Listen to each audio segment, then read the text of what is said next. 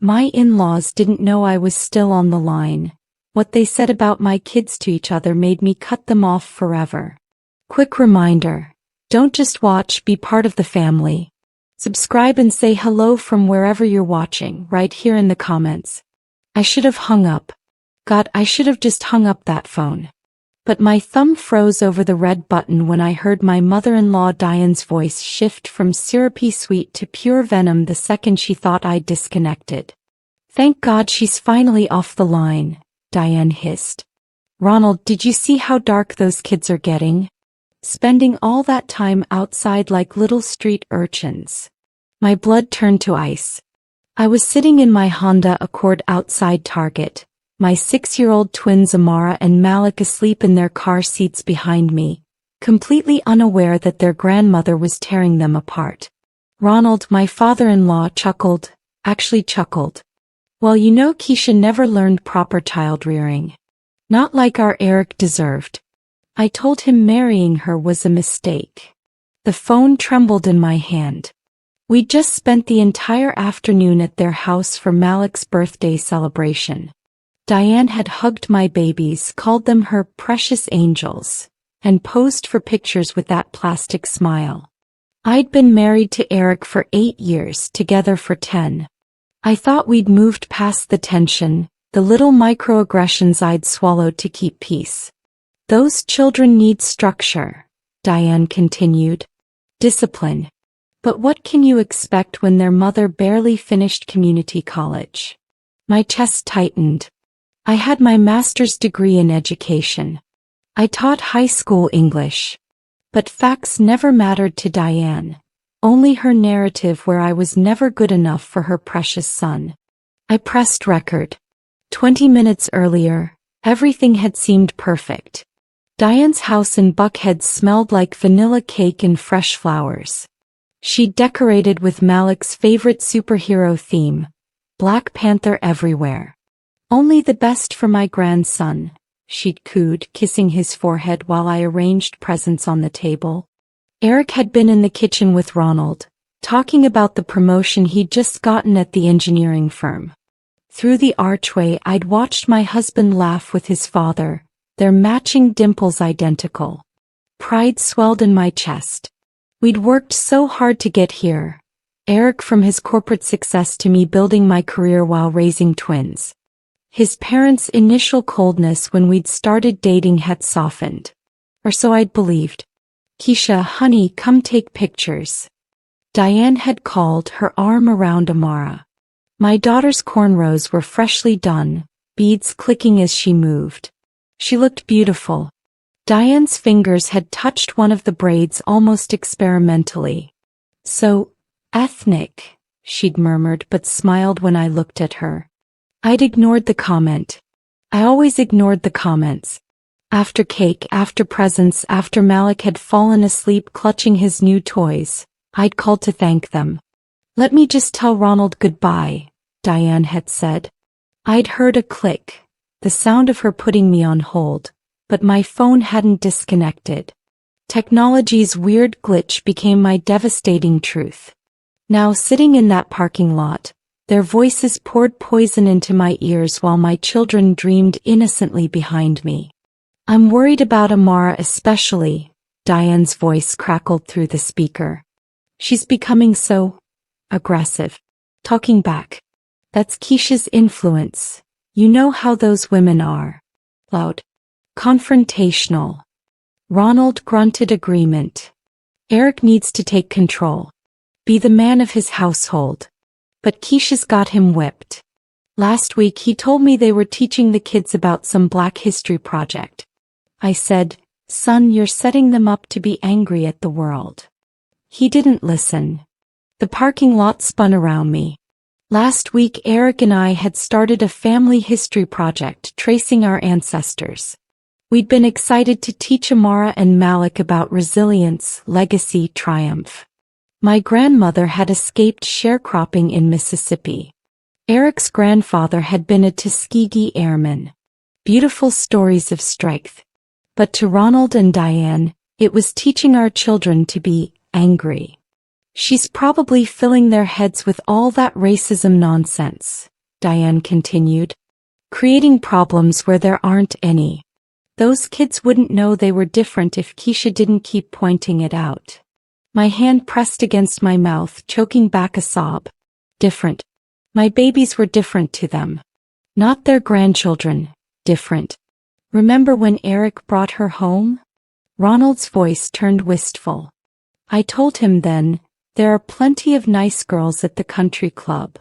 But no, he had to be rebellious. And now we're stuck with her. Stuck with me.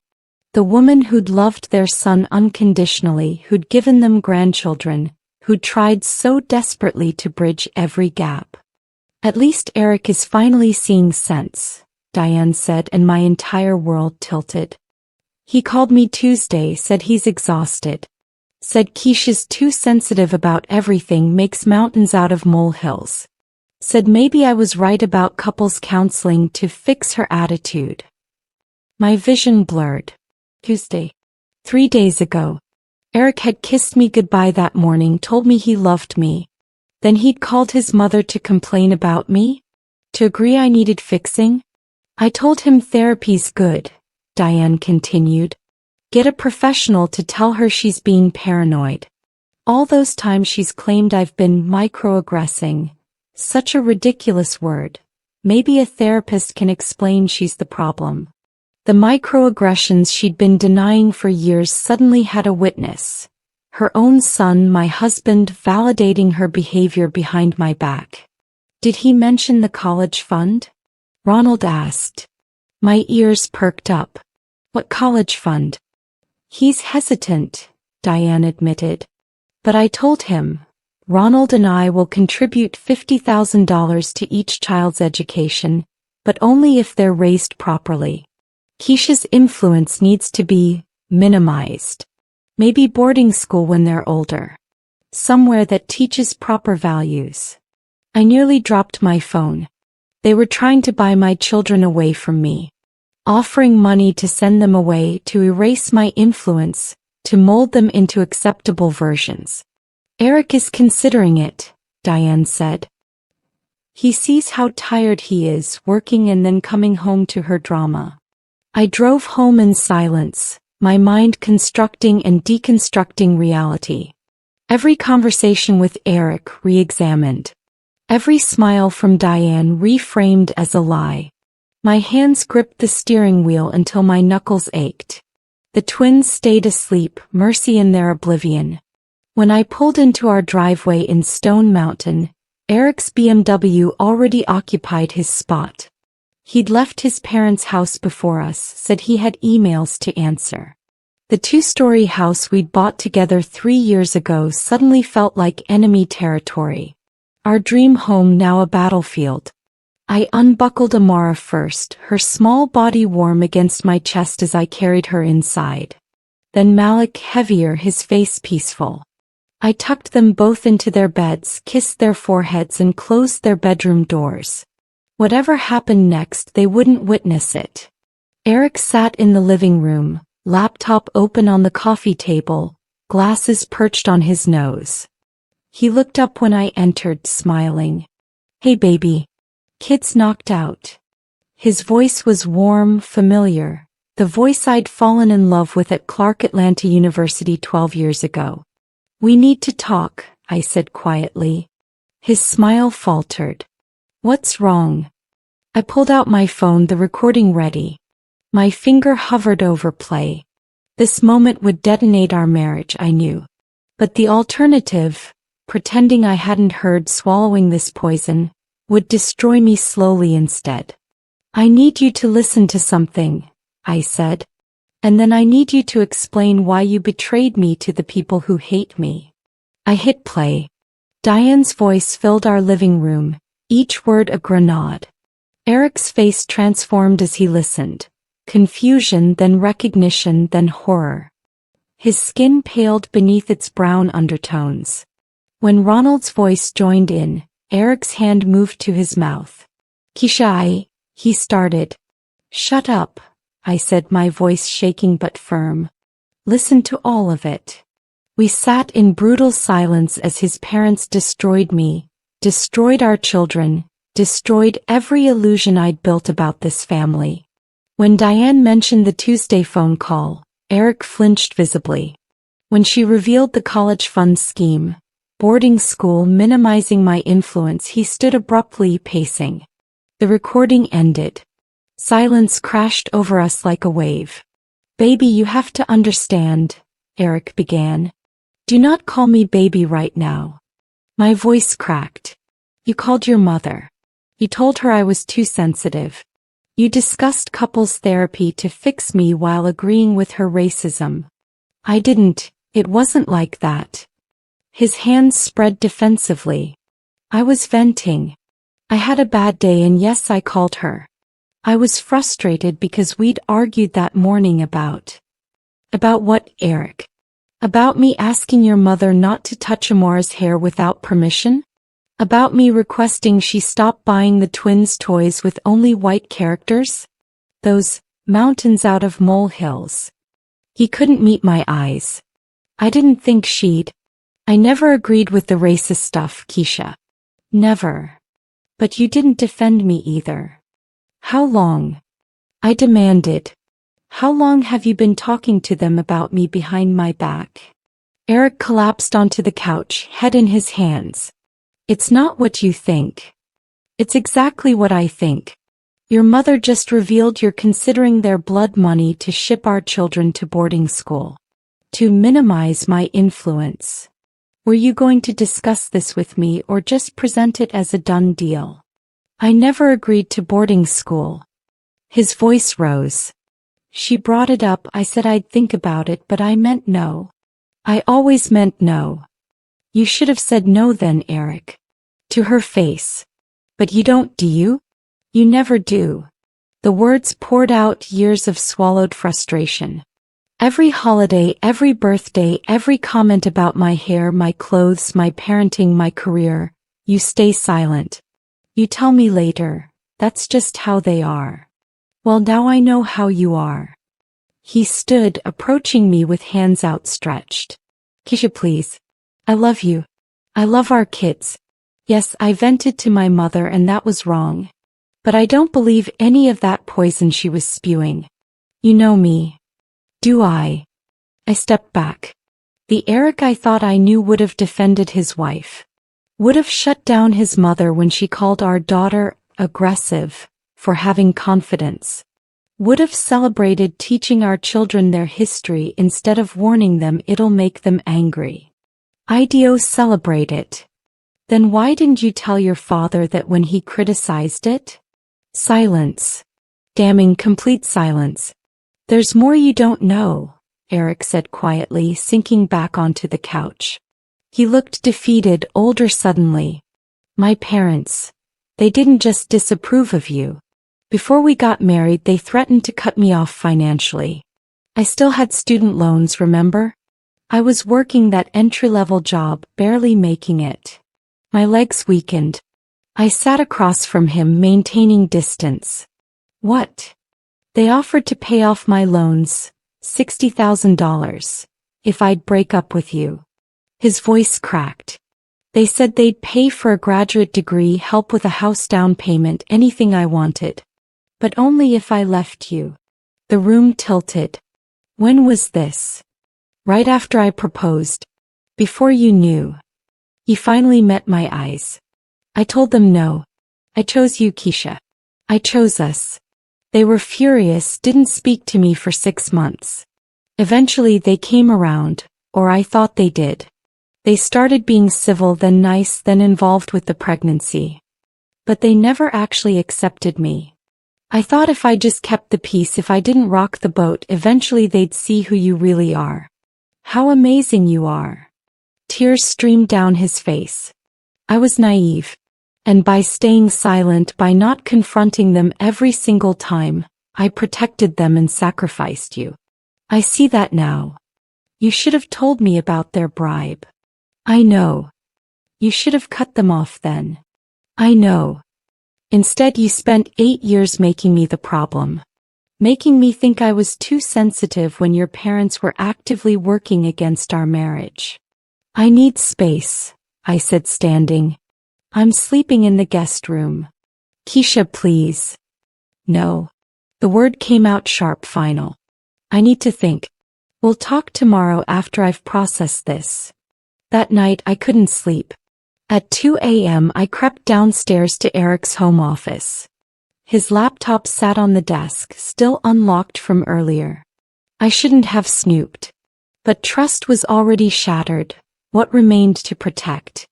His email inbox revealed everything. Messages to Diane dating back years. Mom, Keisha's upset about Christmas again. Can you just apologize so we can move past this? And Diane's response. She's too emotional. You need to stand firm. Another exchange from last summer.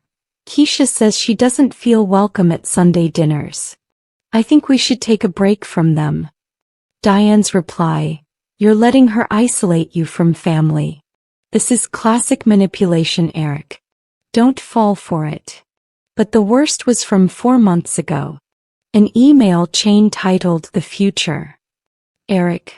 Mom, I'm worried about the kids' education.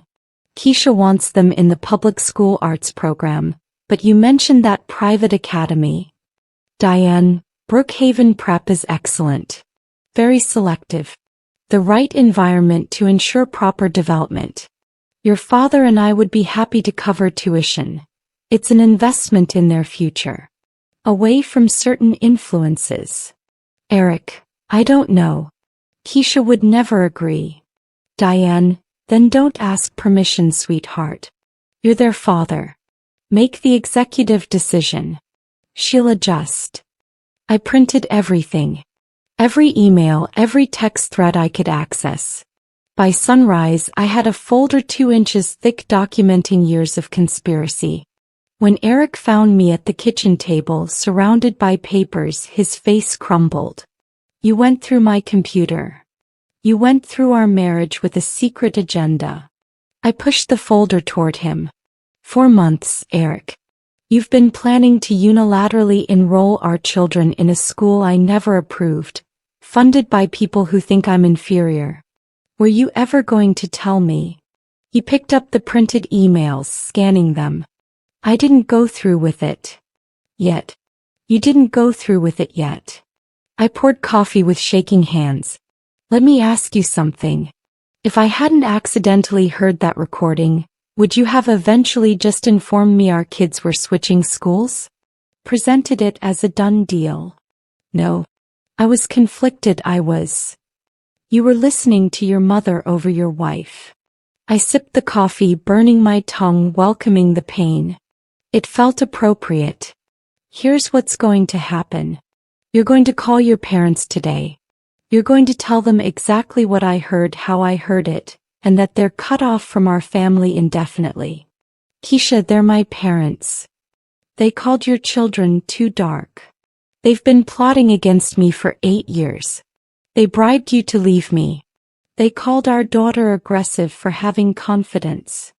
My voice rose despite myself. What part of that deserves continued access to our kids? Eric sat heavily, the emails clutched in his fists. If I cut them off, they'll retaliate. My father has connections at my firm. He could make things difficult. So you're choosing them. It wasn't a question. I'm choosing US, he insisted. But there are practical considerations. Practical considerations? I laughed bitterly. Our children's mental health is a practical consideration? Here's another one. I've already contacted a divorce attorney. Elena Rodriguez. You know her from the school board? She's taking my consultation Monday morning. His head snapped up. You can't be serious. Watch me. Years I've bent, Eric. I've smiled through Diane's comments about my urban decorating style. I've ignored Ronald's lectures about handouts when I mentioned systemic racism. I've pretended not to notice when they buy Amara dolls that look nothing like her. I'm done bending. I'll call them, he said quickly. Right now. I'll tell them everything. Good. Speakerphone. He pulled out his phone with trembling hands. Diane answered on the second ring, her voice chipper. Eric. Twice in one weekend, to what do I owe the pleasure? Mom, Keisha and I need to talk to you and Dad. Can you get him on the line? Rustling sounds, then Ronald's gruff voice. What's going on, son? Yesterday, after Keisha called to thank you, her phone didn't disconnect. She heard everything you said about her. About our kids. All of it. The silence was deafening. I don't know what you think you heard, Diane began, her voice tight. Don't. Eric's voice turned hard, surprising me. I heard the recording. Keisha played it for me. Every word. About how dark the kids are getting. About Keisha being loud and confrontational. About the boarding school plan. All of it. Eric, if she's twisting things, Ronald started. She didn't twist anything. Eric shouted. I'd never heard him yell at his father. You talked about my children like they were problems to solve. You offered money to minimize my wife's influence on her own kids. You've been undermining my marriage for years. We were trying to help you. Diane's voice cracked. You're exhausted, we can see it. He's difficult, Eric. You deserve a peaceful home. My home was peaceful until I realized my parents were racists. The word hung in the air like smoke. You think I can't see what you've done? How you've manipulated me. I chose Keisha. I chose her 8 years ago when you tried to bribe me, and I'm choosing her now. This is her influence, Ronald growled. She's turned you against your own family. No, Dad. You did that yourselves. Eric looked at me, eyes red. Effective immediately, you're not welcome around our children. No visits, no calls, no gifts. Nothing until you can prove you respect my wife and treat my children like the blessings they are. Eric Alexander Thompson, you don't mean that. Diane's voice turned shrill. He hung up. The phone rang immediately. Eric turned it off. Then he turned to me, and for the first time in years I saw the man I'd fallen in love with. The one who'd defended me to his fraternity brothers when they'd made jokes. Who'd proposed by creating a scavenger hunt through every place we'd shared our first conversations about dreams and justice and love. I failed you, he said simply. For 8 years I failed you. I let them hurt you because confronting them was uncomfortable. I prioritized my comfort over your dignity. He moved closer but didn't touch me. I can't undo that. But I can promise it never happens again. Words are easy, Eric. Then let me show you. He pulled out his laptop, opened his email right there, and drafted a message to his entire extended family. This is a notification that my parents are no longer welcome in our home due to their treatment of my wife and children. Any family member who cannot respect Keisha and support our family fully is also not welcome. This is non-negotiable. He hit send before I could stop him. My phone buzzed. Elena Rodriguez. Got your voicemail. Let's talk Monday, but also, give him a chance to fix this. Some men learn. Some don't. You'll know which he is soon enough. 6 months later, Diane and Ronald sent a letter. Not an apology, they were incapable of that, but a request to discuss boundaries and move forward. Eric burned it without showing me first. That's when I knew he'd finally chosen us completely. The twins thrived without their toxicity. Amara still talked back, gloriously confident. Malik still played outside, getting beautifully darker every summer. Me. I stopped bending. I stood straight, finally free.